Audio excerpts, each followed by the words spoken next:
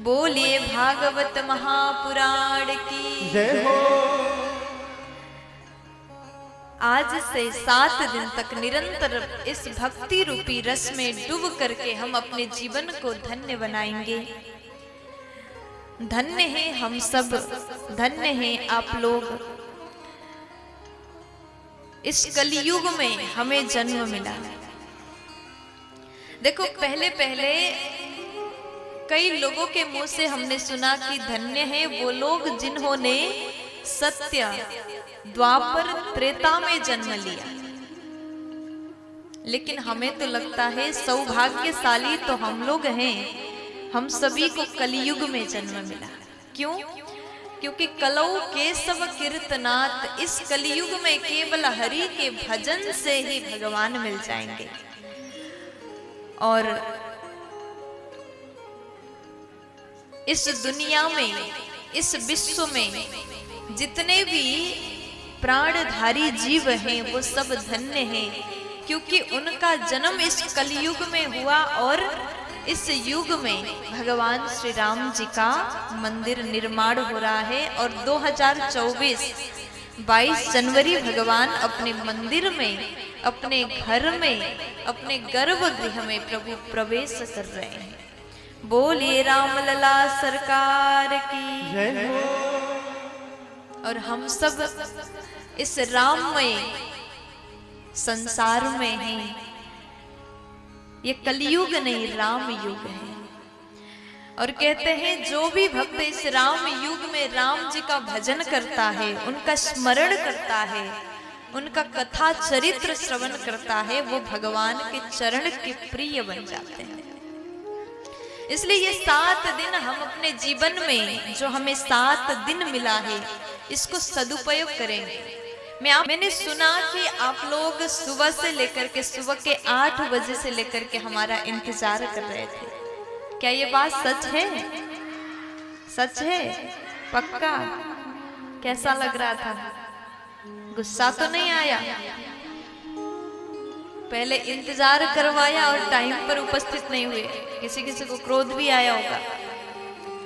लेकिन मजबूरी थी कि हम भी फंस गए थे जाम में। इतना लंबा सफर 4-5 घंटे ट्रक के बीच में। ये बिहार साइड में जब भी आते हैं ना, बहुत सारे ट्रक मिलते हैं, तो उस जाम में फंस गए थे। समय पर उपस्थित नहीं हो पाए, इसलिए क्षमा चाहते हैं। माफ करोगे ना? प्यार से बोलो। आइए हम भगवान के पावन कथा में प्रवेश करें। कृष्णं नारायणं वन्दे, कृष्णं वन्दे व्रजप्रियं, कृष्णं द्वैपायनं वन्दे, कृष्णं वन्दे पृथासुतं। भगवान श्री कृष्ण श्रीमन नारायण के चरण में वंदन करते हुए, ये पतित को भी पावन करने वाली पावन गंगा श्रीमद् भागवत रूपी गंगा में हम सभी प्रवेश कर रहे हैं। आप इस पंडाल में उपस्थित हैं, तन से उपस्थित हैं, लेकिन मैं आपसे निवेदन करूंगी केवल तन से ही नहीं, मन से भी उपस्थित हो जाएं। जब तक आप भगवत कथा में केवल तन से आते हो तो आपको दुनिया की, संसार की चिंताएं चिंतित कर सकती हैं, लेकिन जब आप इस कथा में मन से उपस्थित हो जाओगे ना, आप मुक्त हो जाओगे, दुनिया के बंधन से मुक्त हो जाओगे। इसलिए ये हरि कथा, भगवान की ये पावन कथा तो पतित को भी पावन करने वाली है। इसलिए इस कथा में जब भी आप बैठो, संसार की चिंता से मुक्त होकर के केवल अपने मन में भगवान को विराजमान करा करके आप बैठ जाएं। केवल तन से नहीं, मन से भी इस कथा में प्रवेश करें। भक्ति, ज्ञान और वैराग्य से पूर्ण ये कथा। आप जब प्रयागराज में स्नान करने जाते हो तो वहां पर त्रिवेणी संगम है, गंगा जी, यमुना जी और सरस्वती जी।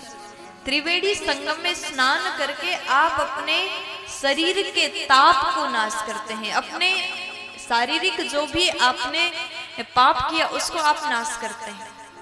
लेकिन ये जो कथा है ना, ये भी त्रिवेणी संगम है, भक्ति, ज्ञान और वैराग्य से पूर्ण ये कथा।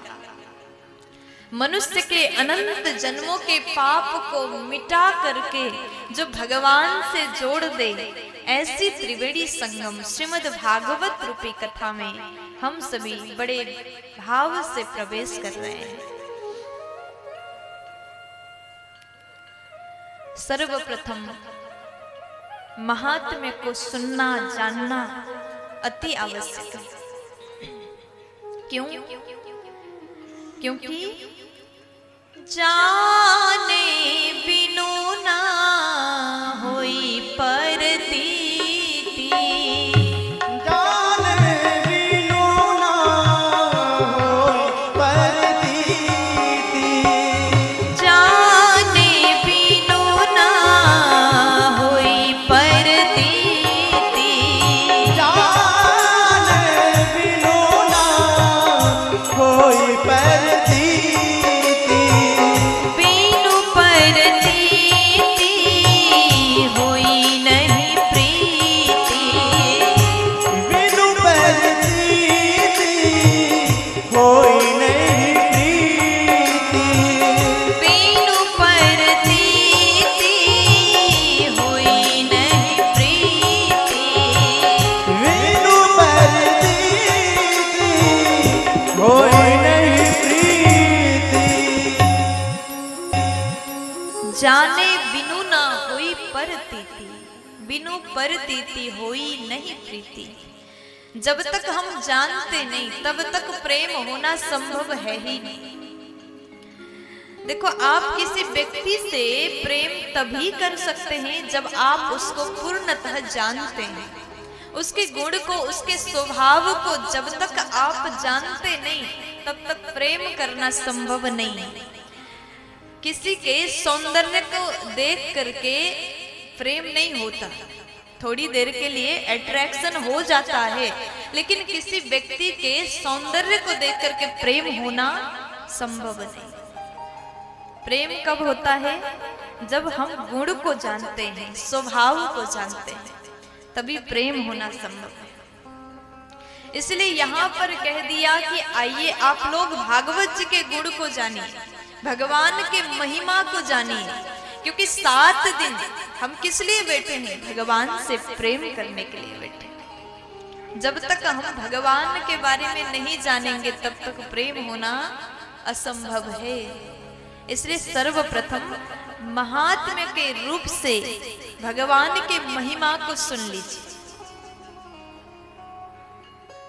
भगवान कैसे हैं, उनका स्वरूप कैसा, उनके अंदर कैसे गुण हैं, तभी जाकर के भगवान से प्रेम होना संभव है। इसलिए सबसे पहले महात्म्य में कहा, सच्चिदानंद रूपाय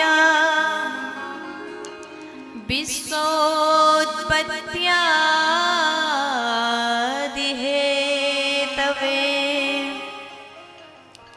तापत्रय विनाशाय श्रीकृष्णाय वयं नुमः। सच्चित आनंद रूपाय, सच्चिदानंद रूपाय, भगवान का स्वरूप कैसा है? जब भक्त कथा सुन रहे हैं तब भगवान के स्वरूप के बारे में बताया। उनके अंदर कौन से ऐसे गुण है जिस गुण को सुन करके भक्त भगवान से जुड़ सके। हम सबको बताया जाता है कि भगवान से प्रेम करना चाहिए, लेकिन हमारे मन में ये क्वेश्चन अवश्य आता है, ये सवाल आता है, भगवान कैसे हैं, उनके अंदर कौन से गुण हैं? जिसके कारण से हम उनसे प्रेम करें। तो आप लोग ध्यान से सुनिएगा, भगवान का स्वरूप है सच्चिदानंद रूपाय, सत्य स्वरूप। सत्य यानी सत्य, जो त्रिकाल सत्य है। त्रिकाल सत्य का मतलब अभी है, पहले थे और हमेशा रहेंगे, जो कभी नाश नहीं होता। सांसारिक वस्तु हमेशा के लिए नहीं होते। आपके सामने कुछ चीज है तो वो भी नाशवान है, आपके रिलेटिव, आपके जितने भी रिश्तेदार है सब नाशवान है, आप स्वयं नाशवान हैं। संसार के चीज तो नाशवान है, अभी है, बाद में रहने का उसका गारंटी नहीं होता। लेकिन भगवान सत्य है, त्रिकाल सत्य हैं, जो सदैव रहने वाले, ऐसे सत्य भगवान है। फिर उसके बाद में कहा विश्वोत्पत्त्यादि है तवे, जो विश्व को उत्पत्ति करते हैं, बनाते हैं, पालन करते हैं, संहार करते हैं, ऐसे भगवान। तापत्रय विनाशाय, तीन प्रकार के ताप को नाश करने वाले ऐसे भगवान के चरण में हम सभी नमन करते हैं। कौन से ताप? दैहिक दैविक भौतिक तापा, दैहिक दैविक भौतिक तापा, दैहिक दैविक भौतिक तापा, दैहिक दैविक भौतिक तापा, राम राज का हो नहीं व्यापा, राम राज का हो नहीं व्यापा, राम राज का हो नहीं व्यापा, राम राज का हो नहीं व्यापा। दैहिक दैविक भौतिक तापा, ये जो तीन प्रकार के ताप हैं, आदि दैहिक, आदि दैविक और आध्यात्मिक, ये जो तीन प्रकार के ताप हैं, ये जब मनुष्य को प्राप्त होता है, ये कैसे मिलता है? इसमें कोई हमारा वश नहीं है। हम अपने मन से इस ताप से छुटकारा नहीं पा सकते। दैहिक ताप, शरीर बीमार होता है, इसे कहते हैं दैहिक, इसमें कोई आपका वश नहीं है। दैविक जो देवता द्वारा प्राप्त होता है। भौतिक ताप, स्वयं के पास में सब कुछ होने के बाद भी दूसरों से जलन होने लग जाए, इसे कहते भौतिक ताप। ये तीन प्रकार के ताप को भी नाश करने वाले केवल भगवान हैं। इस तीन प्रकार के ताप द्वारा पीड़ित व्यक्ति जब भगवान के शरण को ग्रहण करता है तभी मुक्त हो जाता है। तापत्रय विनाशाय श्री कृष्णाय वयं नमः। ये संपूर्ण ताप को नाश करने वाले भगवान श्री कृष्ण जी के पावन चरण कमल में हम सभी नमन करते हैं, वंदन करते हैं। बोलिए सच्चिदानंद भगवान की। तो इस प्रकार भगवान के स्वरूप का वर्णन किया। जो सत्य स्वरूप हैं, ऐसे परब्रह्म परमात्मा का वर्णन, उनके गुण का वर्णन, उनके रूप का वर्णन श्री पद्म पुराण द्वारा बताया गया। श्रीमद् भागवत जी में भागवत की महिमा भागवत में स्वयं नहीं है। क्यों? क्योंकि मनुष्य अपनी प्रशंसा अपने मुख से अगर करे तो वो सुनने वाले को भी बुरा लगता है, सुनाने वाले को भी अच्छा नहीं लगता। इसलिए भागवत जी की प्रशंसा भागवत में नहीं, पद्म पुराण ने किया। ऐसे सुंदर भगवान का स्तुति किया। फिर उसके बाद में सुखदेव जी महाराज को प्रणाम किया गया। यम प्रव्रजन्तमनुपेतमपेत कृत्यम् द्वैपायनो विरह कातर आजुहाव पुत्रेति तन्मयतया तरवोऽभिनेदुस्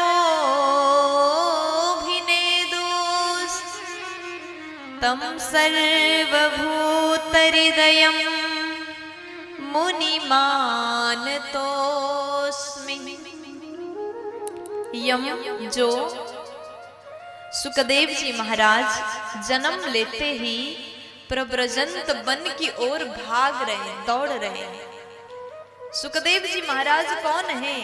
व्यास जी के सुपुत्र श्री सुखदेव जी महाराज 12 वर्ष तक मां के गर्भ में रहे और जैसे जन्म लिया, जन्म लेते ही वन की ओर महाराज दौड़ रहे हैं, भाग रहे हैं। और उस समय वेदव्यास जी महाराज विरह कातर आजुहाव अपने पुत्र के वियोग में तड़प करके पुत्र को पुकार रहे हैं, हे पुत्र आ जाओ, मुझे छोड़ के मत जाओ, तुम मेरे पुत्र हो और मुझे छोड़ करके, माता पिता को छोड़ के कैसे जा सकते। देखो आज सुखदेव जी व्यास जी के घर में जन्म लेते हैं और जन्म लेते ही संसार को छोड़ करके भगवान की ओर चले गए। तो व्यास जी के मन में पीड़ा हुआ। जो पिता होता है ना, वो अपने बच्चों को बहुत प्रेम करता है। पिता से जब पुत्र दूर जाता है, थोड़ी देर के लिए भी अगर जाए, 2 घंटे के लिए भी जाए, तो मेरा बेटा कहाँ जा रहा है, कुछ हो जाएगा तो मैं क्या करूं। आजकल के माता पिता तो अपने बच्चों को थोड़ी देर के लिए भी कहीं भेज नहीं सकते। अगर बेटा कहे कि पिताजी हमारे स्कूल से पिकनिक ले जा रहे हैं, हम जाएं, तो पिता बोलते नहीं नहीं, अगर खो गया तो मैं क्या करूंगा। देखो ये होता है पुत्र प्रेम। अपने बच्चों को इतना प्रेम करते हैं, माता पिता जो होते हैं बहुत ज्यादा प्रेम करते हैं, और वही प्रेम बच्चों के लिए बंधन बन जाता है। लेकिन अगर आपका बालक सांसारिक वस्तु के लिए जिद करे तो वहां माता पिता का बंधन होना जरूरी है। सांसारिक वस्तु के लिए, अन्य काम के लिए जिद करे तो माता पिता अपने बच्चों को संभालना चाहिए, माता पिता को ही संभालना चाहिए। लेकिन अगर आपका बेटा भक्ति मार्ग में जा रहा है, कई बार हमने ऐसा भी सुना है, किसी के बालक कहता है कि हम विवाह नहीं करेंगे, भगवान का भजन करेंगे, सन्यासी ग्रहण करेंगे, सन्यास लेंगे, तो माता पिता रोने लग जाते हैं, अरे मेरे बेटा का क्या होगा, भविष्य कैसा होगा। देखो एक बार अगर आपके बालक ने भगवत प्राप्ति के मार्ग को अपनाया, भक्ति मार्ग को अपनाया, और वो भगवान के भरोसे अपने जीवन यापन कर रहा है, तो वहां पर आपको दुखी होने की जरूरत नहीं। माता पिता का कर्तव्य यही है कि अगर आपका बेटा, आपका बालक संसारिक बंधन की ओर जा रहा है तो उसे हाथ पकड़ करके भगवान की ओर ले जाओ। ये माता पिता का कर्तव्य होता है। ऐसा भी नहीं कि संसार के बंधन में रह करके भी भगवान से नहीं जुड़ सकते, ये भी गलत है। देखो संसार में रहो लेकिन भगवान से जुड़ करके रहो। सर्वश्रेष्ठ आश्रम गृहस्थ आश्रम को माना गया। आप संसार में रह करके भगवान का भजन कर सकते हैं तो इससे बड़ा धर्म कुछ नहीं। लेकिन आज सुखदेव जी महाराज जब वन में जा रहे हैं, व्यास जी रोने लगे, मुझे छोड़ करके क्यों जा रहे हो, मुझे छोड़ के मत जाओ, मैं तुम्हारे बिन एक पल एक घड़ी भी नहीं रह सकता। लेकिन सुखदेव जी महाराज कोई साधारण मनुष्य तो नहीं थे, वो साक्षात भगवान का भजन करने जा रहे हैं, संसार के बंधन से मुक्त हैं। ऐसे श्री सुखदेव जी महाराज को फर्क नहीं पड़ा, पलट करके भी नहीं देखे। व्यास जी रोने लगे, लेकिन व्यास जी के इस विरह पीड़ा को देख करके वृक्षों ने उत्तर दिया। प्रत्युत्तरम ददुहु, वृक्ष कह रहे हैं महाराज आप तो परोपकारी हैं, आप तो ज्ञान